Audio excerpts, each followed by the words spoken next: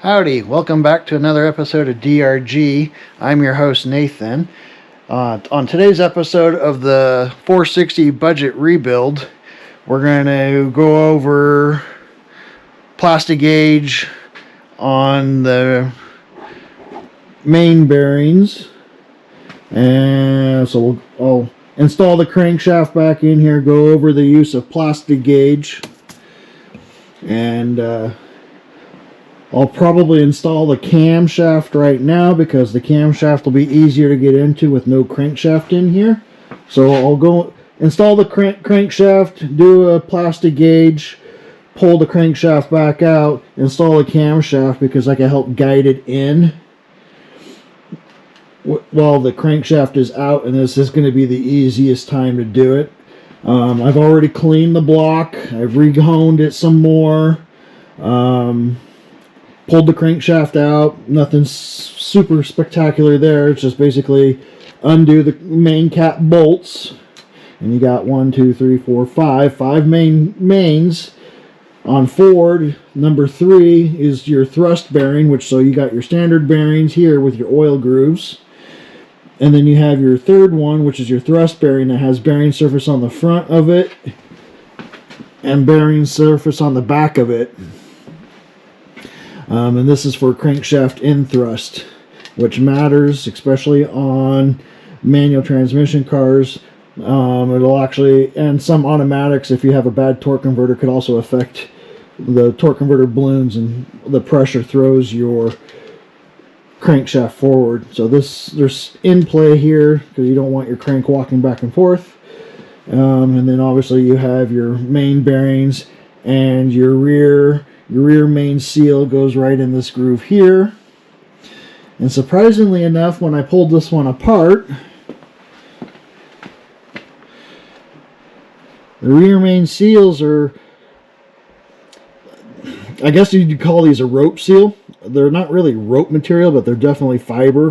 These look more like felt, but they could have been rope at one point. So back in the 80s, when this engine was rebuilt the first time, the engine kit in this particular instance was still a rope seal, or compared to the new, more modern nitrate rubber seals that you'll get in the rear mains. And I'll show installing a rear main when I go to install the crankshaft. But for right now, we're just going to install the crankshaft. I'll go walk you through plastigage, what it is, what it looks like, how you select what size you want, and then you just basically, it looks like a little piece of spaghetti. I'll show you here in a second. When you do the plastigage to measure clearances on your bearings, you want to do it dry, so you don't put oil in here, you don't put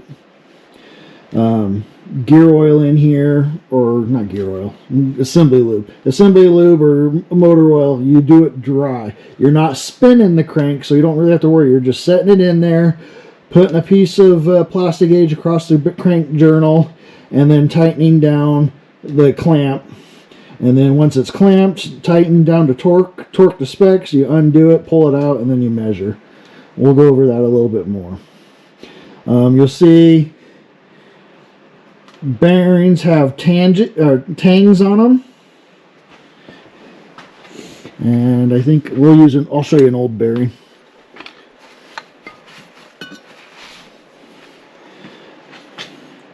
So here's an old bearing. This is a used one. Wear on it's not horrible. You could kind of lightly see the copper through it. But on the back side, you have tangs, and these tangs, you can see that right there. You kind of can right there. And you can see the top side of the tang up here. And there's a notch in the block, and you just kind of rotate them in. You don't drop them in and force them in. You slide them in and rotate them in. You roll them in, basically. And you roll it in, and the tang sits there. The caps are the same way. This is the rear main cap. So here's where the rear main seal goes. There's like I think it's considered an oil shield that's on the back of the crank. Rides in this groove here. And then here's your main, where the bearing goes, the connecting rod, main bearing goes. And it also has the groove, and then you just kind of rotate them, roll them in.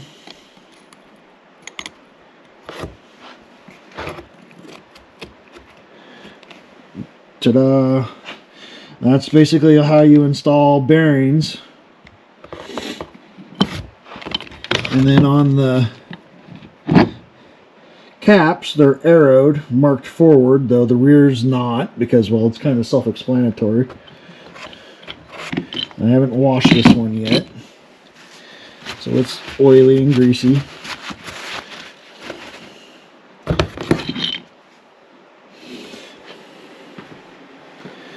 And you come back to the rear here,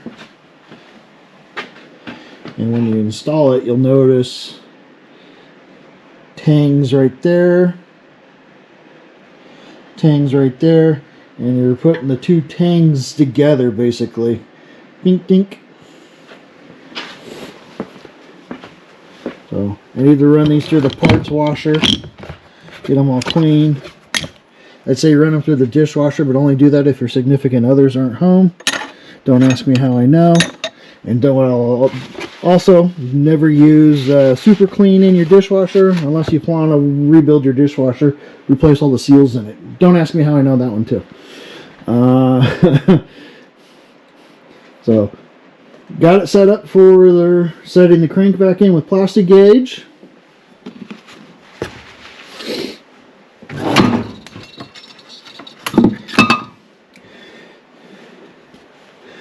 So on the crank, you got your oil lubrication holes, and they kind of go through at an angle like that and an angle like that, and they are all one on the rods and on where the main's set. And I ran parts cleaner through them. So, we'll just use brake clean here on this one, and you can see where it goes in the one and comes out the other.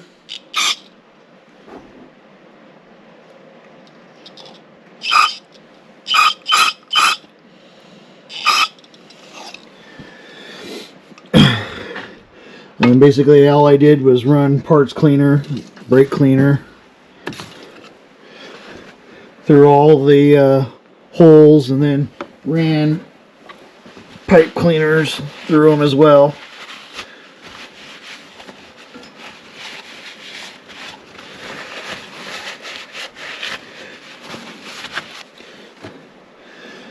So I have two colors of plastigage. Because that's basically, there's like at least four that I know of: a green, a red, a blue, and a yellow. And basically it's based on sizes. So green is 0.001 to 0.003 of an inch, and then they have their scales up here.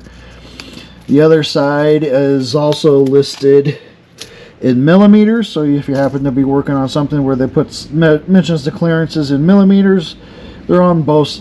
Each gauge does both, and it's just a matter of what range you need. On this particular engine, you could use red, but you really only need green. You go look up the specs on clearances, and my machine shop will actually measure the diameter of this, measure the bore of the main caps and everything, and do basically kind of like a math here, and figure out what the clearances are, and then be able to do the math and tell you exactly what size bearing you need. A standard bearing is this size. A 10 over is just a 10 hundredths of it bigger, 20 100 over bigger, etc., etc. I don't really have the precise measuring tools to do that. I don't do enough engine stuff, rebuilding engines, to justify, because you basically need a really good set of micrometers or calipers, I mean, to measure the journal, and then you need a good set of bore, kind of like what I used for the measuring of the cylinder. Those will actually work. And you measure the bore of the mains, the bore of the rods, and then you do your math and figure out what size bearing you need. I know this is a standard bearing, is what I removed from here. I ordered standard bearings to put back in here, and then I'll do plastigage on 1 or 2 main journals to find out how close I am, and do I need to either go 0.001 oversized bearings, or do I need to take the crank in and have it turned and then go to like a 10 over bearing. I picked up red because it's just a skosh bigger at 0.002 to 0.006. If I'm anything over 0.03 or 0.03 or anything over 03 is basically the max of the limit. So I should be able to get away with this, but the limit for this 460 engine is like 0.0015 to 0.0025003 is acceptable, but 003 is about the max unless you're going high RPM race application. If I measure and 003 doesn't work and I try a red and I'm like at 004, then I could just go with a 001 oversized bearing and get me down to 003, and I'll be within specs and not have to turn the crank. This isn't a race motor. It doesn't need to be loose. This is going to be an everyday, not even an everyday driver, occasional driver. And so I just need normal, like close to OE specs. It could be a little on the loose side. What I plan on using this vehicle for and how frequently I drive it, you could go on the loose side.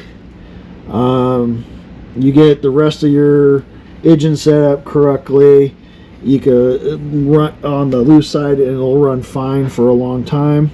Another band-aid for being on the loose side would be a heavier engine oil. I don't plan on running real heavy engine oil. So that's another band-aid. Another band-aid is a high volume oil pump, where you got your standard volume oil pump, which is what I have and I plan on running. Not a huge believer in high volume oil pumps. Yes, they have their places, but on an everyday driver, I don't think they're absolutely necessary. So therefore I just use standard high volume oil pumps, get my bearing clearances all good, and I've had no problems with good oil pressure in any of my motors running a 1030 motor oil. I'll have 50-60 psi when cold. As it warms up, gets the normal operating temperature, I'll be running in the 25-30 psi range, which for what I'm driving, or how often I drive one of these vehicles, that's all I need. So let's see if I can set you up on a tripod where you guys can see, and I will walk you through. I'll set the crank in and then I'll walk you through plastigage a little bit deeper. So hold on one second.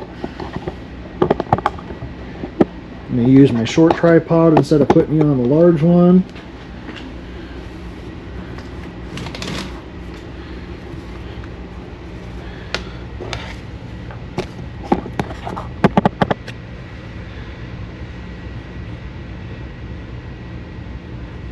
Yeah, it looks like the motor's in the camera space, in the camera.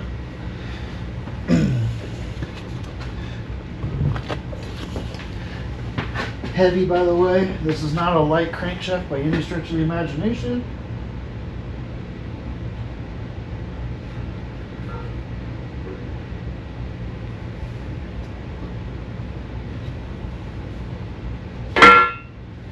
And that was a little bit harder of a set than I wanted to.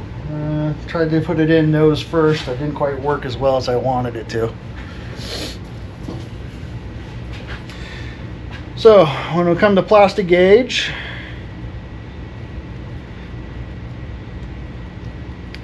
in here, if I could get it to come out, there's a little itty bitty green string of spaghetti. It's a wax material, and you can basically, you pull that out, the green string,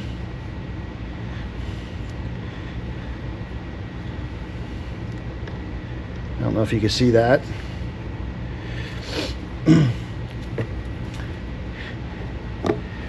And I'll bring you in, and basically you find out how much you need,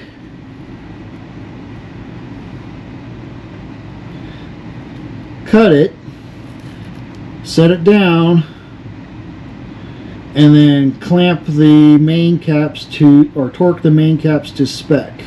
I wasn't going to use the main, or well, I could probably use the thrust bearing one, but I was thinking I would use either 4 or 2, and I wasn't going to bolt down all of them, but maybe I should. So I basically have it where I need it.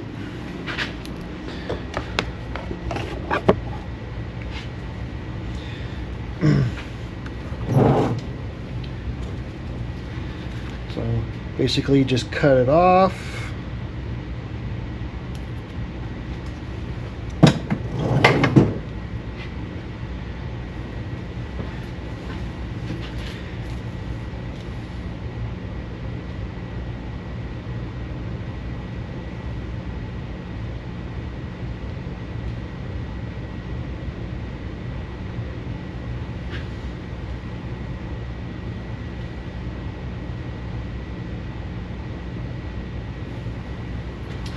You lay it all the way across the journal. This is rods here, so you can either do 2 rods when you get to here, or you could do just 1. I went ahead and did the main, or the thrust bearing one. Arrow forward.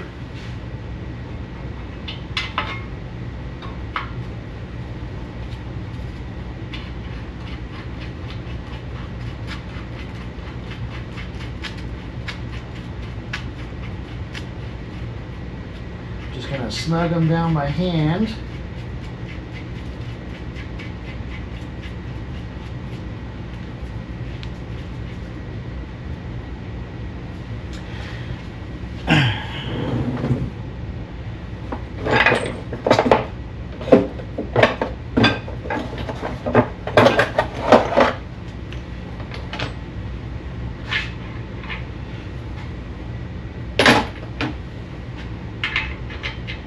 That's a little looser than I want. Nope, so where'd the 13/16ths go?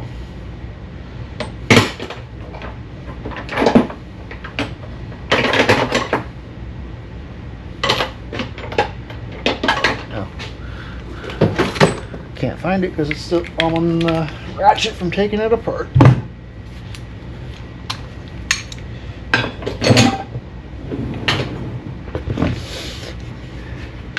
So these are supposed to be torqued in steps. If I remember right, 105 is I think it's 95 to 105 for your final torque. And then you do it in steps.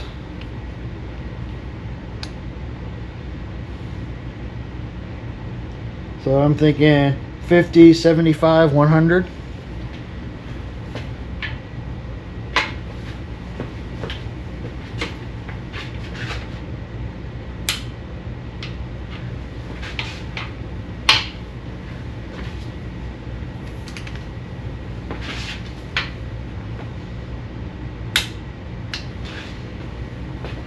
So that was 50. Too far.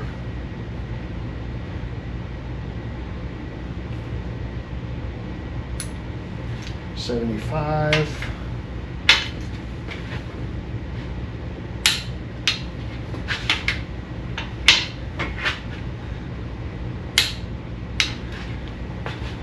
And we'll go 100.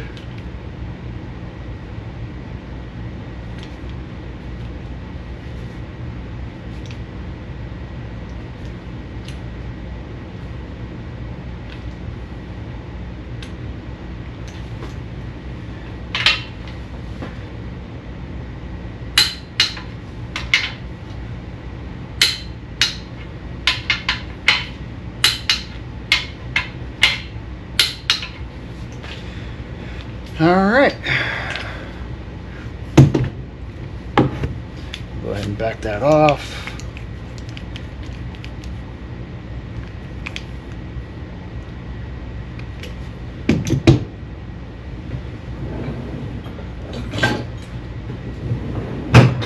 Now we get to take it apart.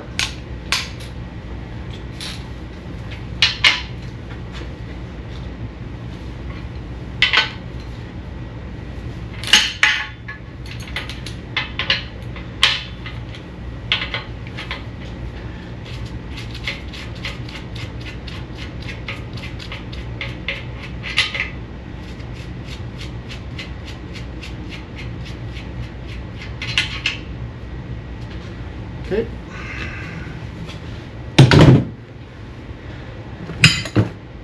Bolts are out. I use just a little itty bitty light ball peen hammer.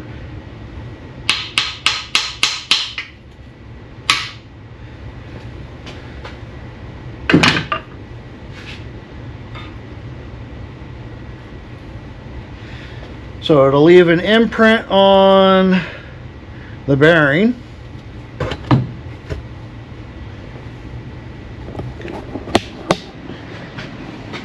And it leaves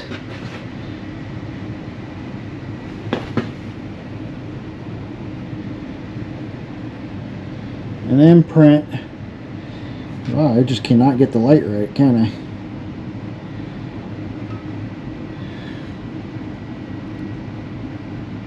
On the crank.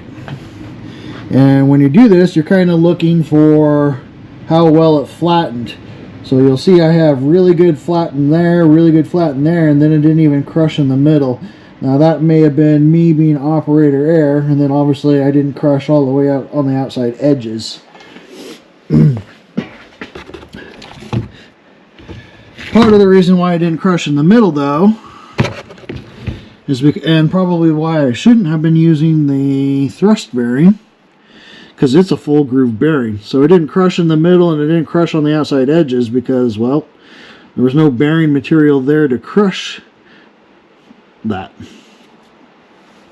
So then what you do is you could just cut off one of these scales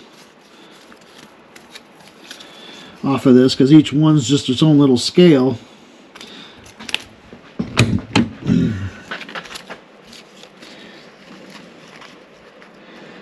So I got,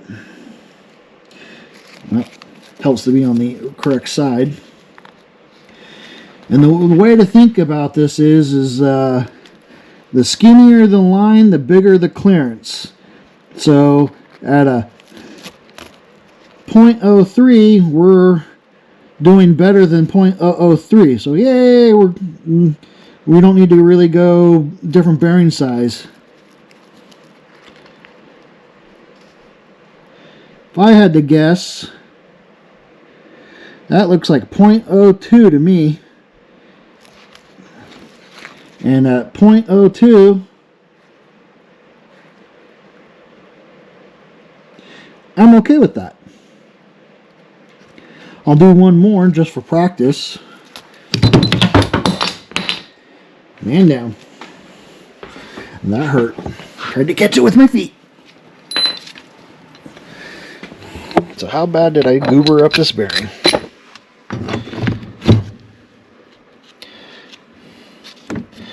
Well, good news is I didn't score the inside. Didn't score the outside.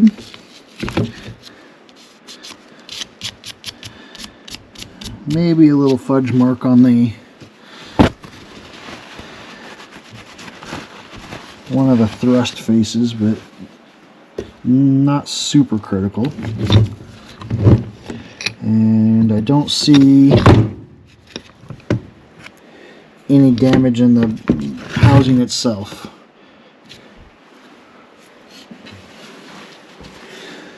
So we know 3 is pretty good. We can either try 4 or we could try 2. I think we'll try our main cap 2.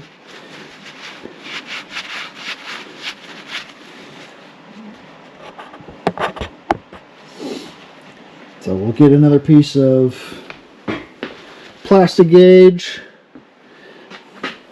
I'll find the number 2 cap. That's 1.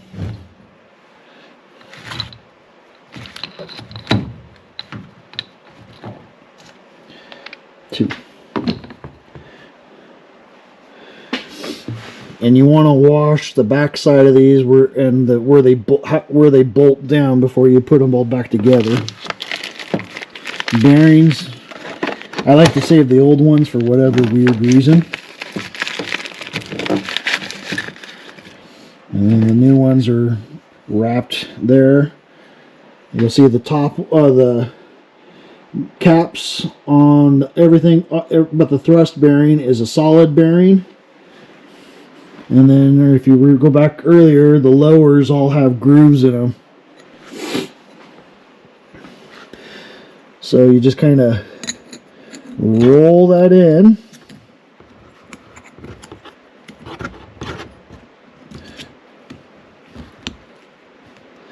Get it nice and flush. There we go. So that's ready.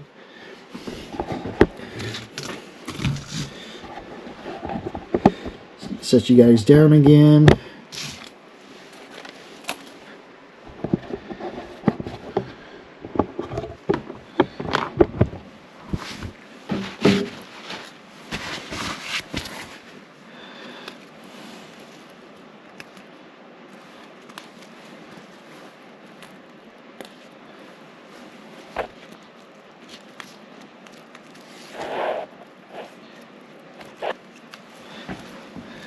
So, not the funnest stuff to get out, I'll be honest.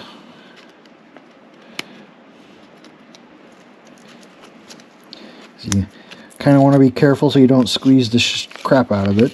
All it is, like I said, is wax.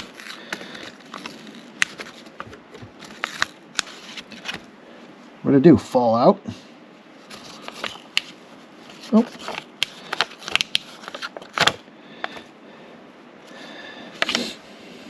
They don't give you a lot. That used to be a full thing.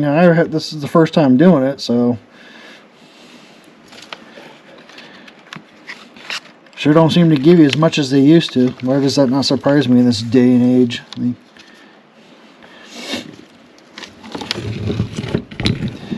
So I'll come up here.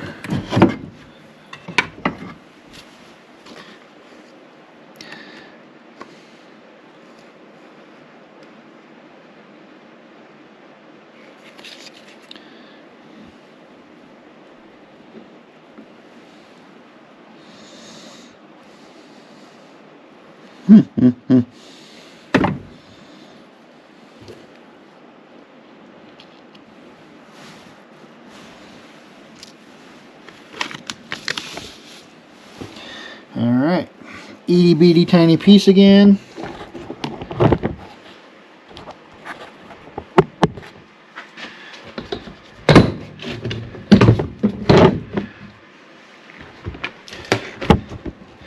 Bouncing you around like bad television.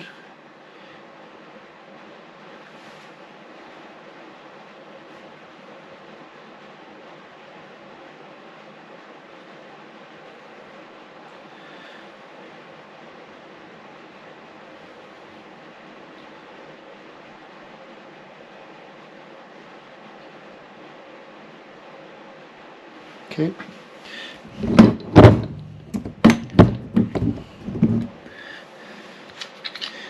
Arrow facing forward.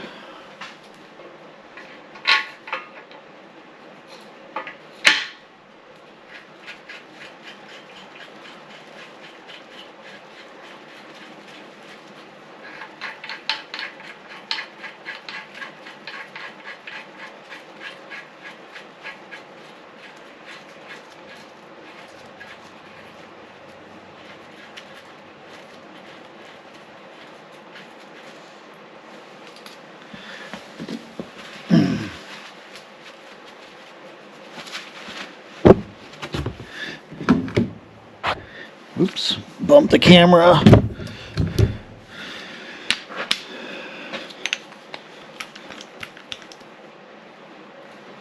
We'll start at 50 again.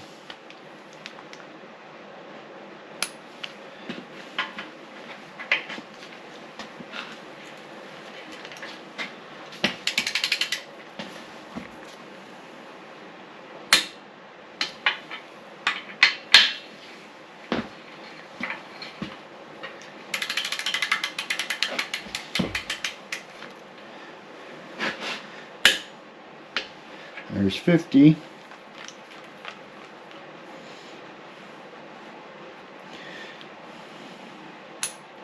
Okay, bump it to 75.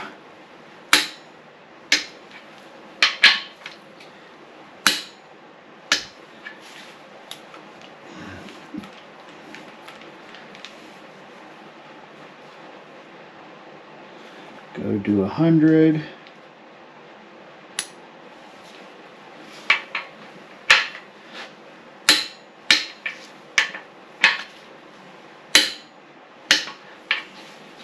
There we are.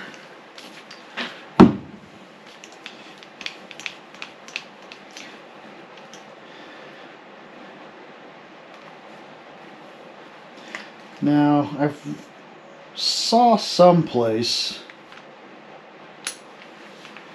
where they recommend plastigage. You're supposed to be using it in like above 50-degree temperatures. You don't want it too hot, you don't want it too cold. Too hot, it melts. Too cold, it's not as pliable. It may not give you, basically not as pliable, and it's harder to crush, so it may give you false readings. Now, I know I'm right around 50 degrees in here today. We're starting to thaw.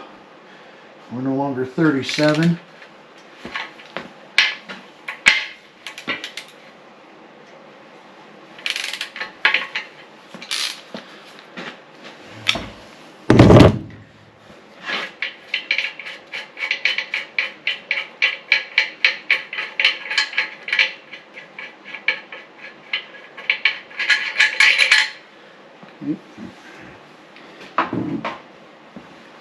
Tap the hammer, pop it right up, do not drop the bolt, and there we go. You can see the mark on the cap, and you could measure, probably just measure the cap. There's the mark on the crank rod. See if the light's any better if I had a different angle.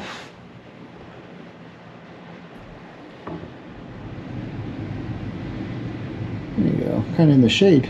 Okay, that works.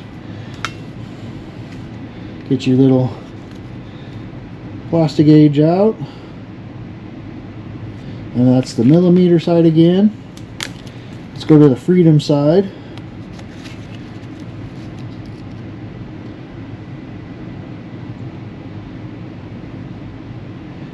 And on that particular one, we look like we're also about 0.002. Maybe a little wider, maybe a little skosh smaller, but we'll call that 0.02. And with that, I now have two main bearings measured. I'm okay with. I still have to do the rods.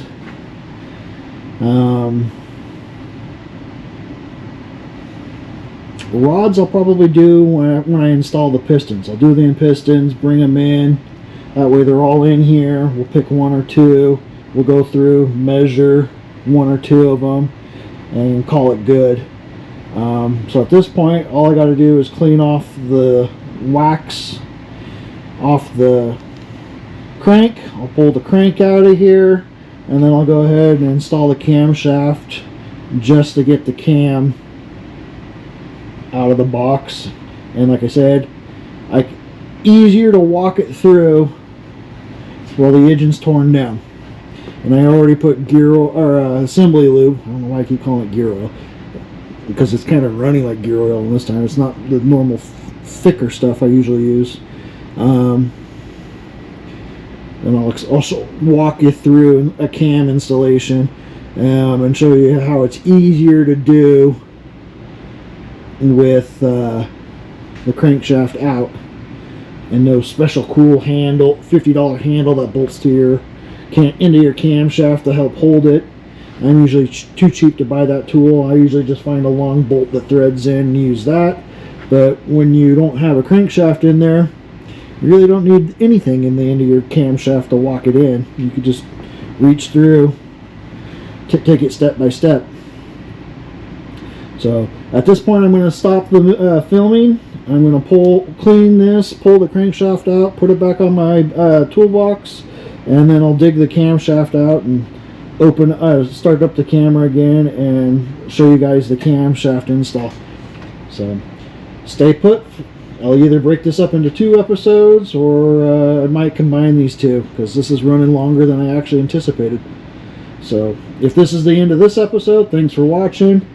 Make sure to click like, subscribe, share, and then come back for more, and we'll see how this all turns out when we're all said and done. Thanks for watching.